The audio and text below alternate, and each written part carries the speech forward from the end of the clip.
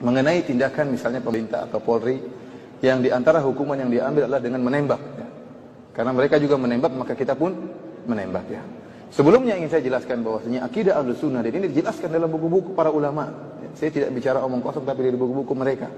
Bahwasanya taat kepada pemerintah bagaimanapun kondisinya selama pemerintah tidak kafir. Tidak boleh memberontak terhadap pemerintah yang zalim. Selama dia muslim, selama dia masih membiarkan orang-orang sholat, maka tidak boleh seorang memberontak. Dan ini telah dikabarkan oleh Nabi SAW. Karena Nabi SAW banyak hadis. Saya kunu umara fikum, akan ada pemerintah-pemerintah di antara kalian. Qulubuhum qulubus syayatin fi jusmanil ins.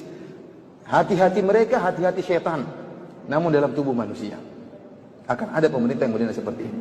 Entah sudah ada atau akan ada. Wallahu a'lam. Kemudian Nabi SAW juga dalam hadis yang lain mengatakan syiraru a'immatikum alladzina yal'anunakum wa tal'anunahum wa yad'una 'alaikum wa tad'una 'alaikum. Seburuk-buruk pemimpin kalian adalah para pemimpin yang melaknat kalian dan kalian melaknat mereka.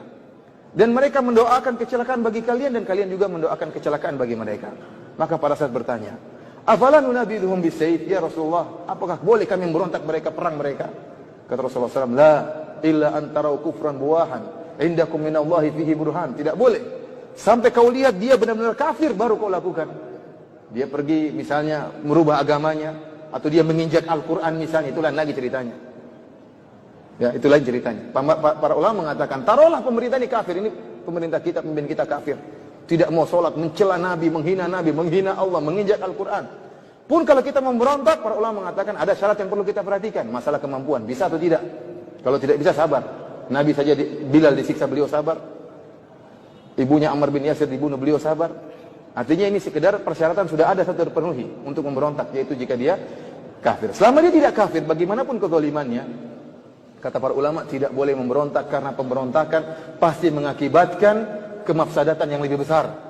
Dan Islam adalah agama yang menimbang antara maslahat dan mudarat, bukan agama hayal, bukan agama asal yang penting perang, asal jalan. Enggak, lihat maslahat dan mudarat.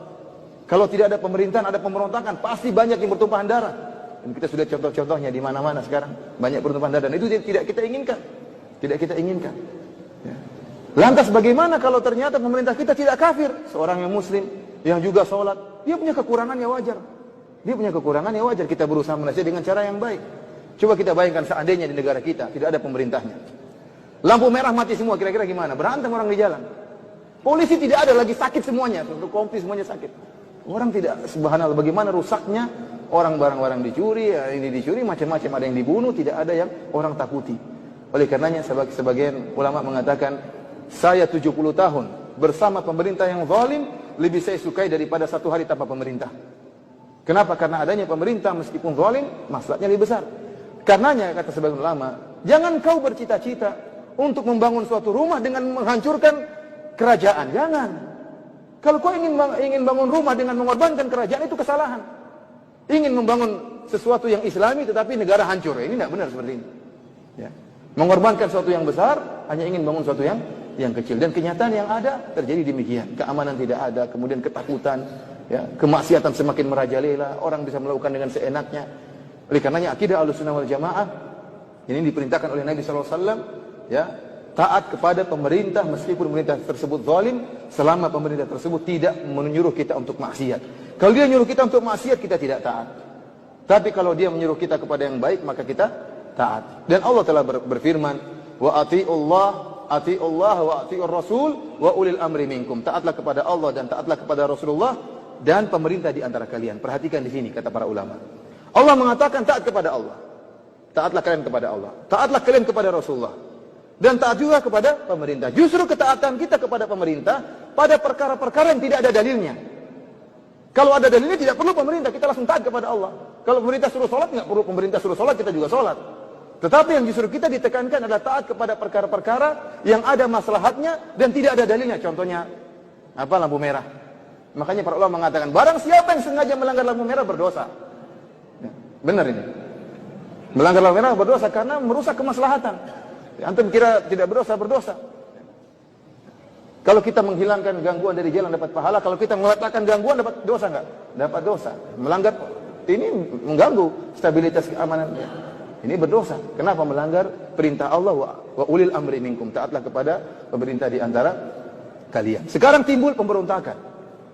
Kita dapati bahwasanya Ali bin Abi Thalib di zaman beliau muncul orang-orang Khawarij.